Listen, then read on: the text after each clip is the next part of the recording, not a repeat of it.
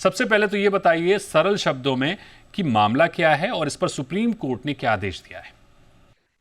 अगर सरल शब्दों में कहा जाए तो देखिए, एक एडवर्स पोजीशन की बात की जाती है जहां पे अगर 12 साल और ऊपर अगर प्रॉपर्टी किसी के नाम पे है तो वो अपना राइट्स और टाइटल और विदाउट एनी इंटरवेंशन रहता है तो वो अपना क्लेम कर सकता है। तो बेसिकली इस मैटर में क्या हुआ है कि एक व्यक्ति जो अपलांट है इसमें, वो एडवर्स पोसेशन, उनके पास पोसेशन थी कई सालों से, और साथ में जो लैंड ओनर है, क्योंकि उनके नाम पे वो लैंड थी, वो उनको डिस्पोसेस करने के लिए वो चले गए थे और वो उसको बेचने की कोशिश कर रहे थे, जिस पे मामला दर्ज हुआ सिविल कोर्ट में, और वहां से वो रेफर होके लोक अदालत में गया है, जहां पे एक कॉम्प्रोमाइज डिक्री पास हुई है जिसमें ये कहा गया है कि जिनके सामने प्लांट के नाम पे जो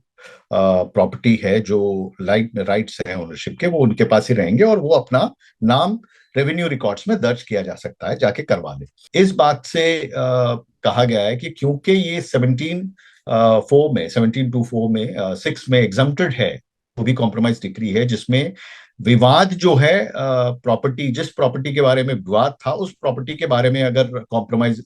एंटर होता है तो वो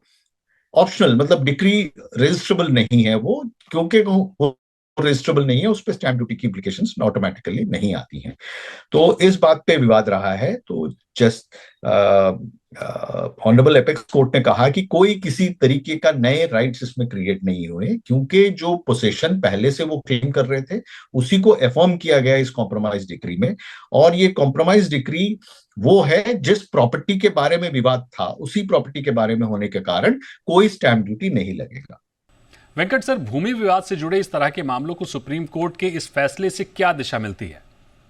देखिए, सबसे बड़ी बात तो ये है कि अक्सर हम कंफ्यूज हो जाते हैं कि कोई कॉम्प्रोमाइज डिक्री है तो कॉम्प्रोमाइज डिक्रीज जो है वो रजिस्ट्रेबल है, और डेफिनेटली वो बात जरूर है कि कॉम्प्रोमाइज डिक्रीज क्योंकि सेक्शन 17 में आती हैं वो डिक्रीज रजिस्ट्रेबल है। बट अगर वो कॉम्प्रोमाइज डिक्री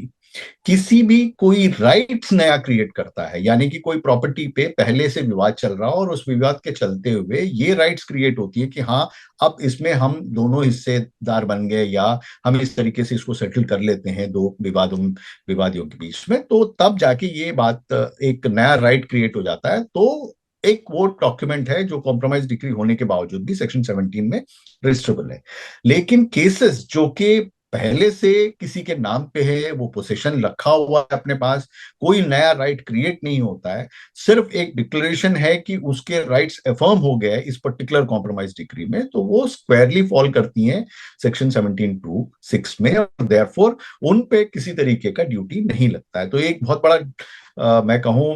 एक फिर से सुप्रीम कोर्ट ने एक रिएटरेट कर दिया इस बात को और इसमें क्लैरिटी दे दी। वेंकट सर, क्या ये फैसला रियल एस्टेट के मामलों में समझौता डिक्री के महत्व और उसके कानूनी प्रभावों को लेकर एक मिसाल बनता हुआ दिख रहा है? मैं कहूंगा, देखिए, रियल एस्टेट में कह सकते हैं आपकी, क्योंकि ये क्लैरिटी फर्दर रिएटरेट की गई है, ये जरूर एक जजमेंट है जो कि इन तरीके के जितने भी विवाद है उनमें एक प्रेसिडेंट की तरह काम आएगा,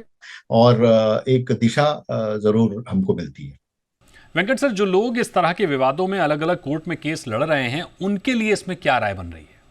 देखिए, डेफिनेटली अगर दो चीजें, तीन चीजें उन्होंने अपने जजमेंट में अपेक्स कोर्ट में क्लियर भी कर दिया है कि अगर वो कॉम्प्रोमाइज डिक्री सूट प्रॉपर्टी को लेकर है और वो सूट प्रॉपर्टी कोई नए राइट्स को नहीं क्रिएट करता, और वो कॉम्प्रोमाइज कंप्लीटली फिर से चैलेंज, कॉम्प्रोमाइज चैलेंज होना मुश्किल है, बट कॉम्प्रोमाइज के जरिए जिस तरीके से कॉम्प्रोमाइज उन्होंने डिसाइड किया उसी जरिए से अगर दोनों पार्टीज एक्ट करते हैं और कॉम्प्रोमाइज हो जाता है, फिर उस पर्टिकुलर डॉक्यूमेंट की रजिस्ट्रेशन की आवश्यकता नहीं है और ड्यूटी लगना नहीं चाहिए और म्यूटेशन अपने आप में चढ़ना चाहिए। और एक अहम बात दोबारा रिट्रेट किया गया है इस जजमेंट में कि मियर